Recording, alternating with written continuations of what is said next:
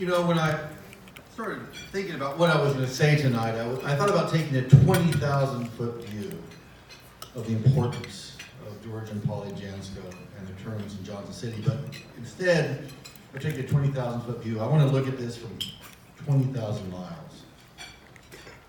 I want to begin with an observation about us, about people, about humans.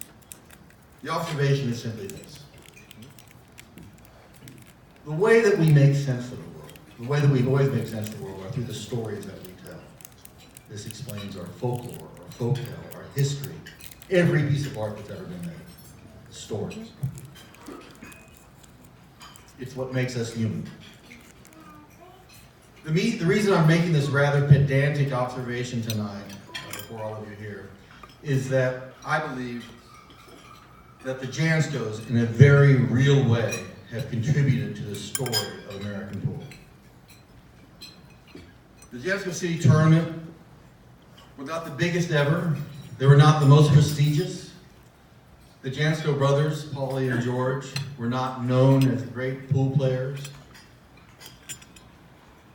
But these tournaments were some of the most important ever in the history of our game, at least as measured in the last 50 years. The story of these tournaments, these stories, they resonate for all of us. They resonate, and they help define pool. So the Janscos, what can I say about the Janscos? George Jansco was born in 1915. He played minor league baseball. He enjoyed cards. He was a gambler. For a while, he was a professional bookie.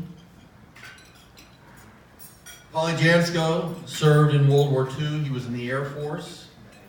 He was a good Catholic. He was in the Knights of Columbus. He was a top-ranked amateur golfer. He enjoyed, I'm told, French fries. It was apparently his favorite food. Both grew up more as best friends than brothers in Erin, Illinois, just a few miles from Johnson City. The first tournament they conducted in 1961, the first tournament they conducted on almost a lark. Chinese divas. It attracted just 14 players, almost no media coverage. The Laters, however, as we all know, became a circus. They attracted the greatest players from all around. They attracted media, ABC, Wild World of Sports, CBS Sports Spectacular. They influenced our sport like it's hard to imagine. The Johnson City tournaments lasted from 1961 through 1972, and during those 2 years, the Janscos managed to put one pocket on the map. They helped define modern rules for 9-ball.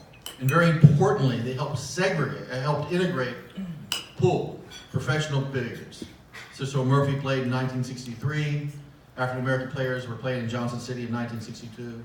This was an important contribution to our sport. And for these reasons alone, they deserve our respect and they deserve to be honored tonight. We have with us tonight, Amy Burgess, Paulie's granddaughter. She was too young to remember the events, but she knows about Johnson City. She knows that people talk about the tournament still to this day in reverential tones. She knows that her granddad was part of something big, part of a larger story. And I want to welcome her, and I want to say thank you on behalf of all of Pool for the wonderful contribution of her grandpa Paulie and his brother George.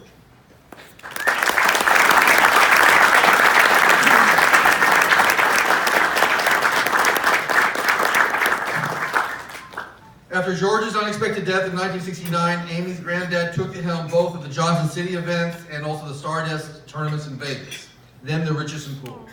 And along the way, from the very beginning in 1961 to the very last Stardust event, the Janscos birthed 1,001 stories of how Wimpy Lassiter came to be known as the king of 9-ball, of how Minnesota Fats relieved 3 one-pocket players of $20,000 one night, of monumental matchups featuring Boston Shorty and Ronnie Allen.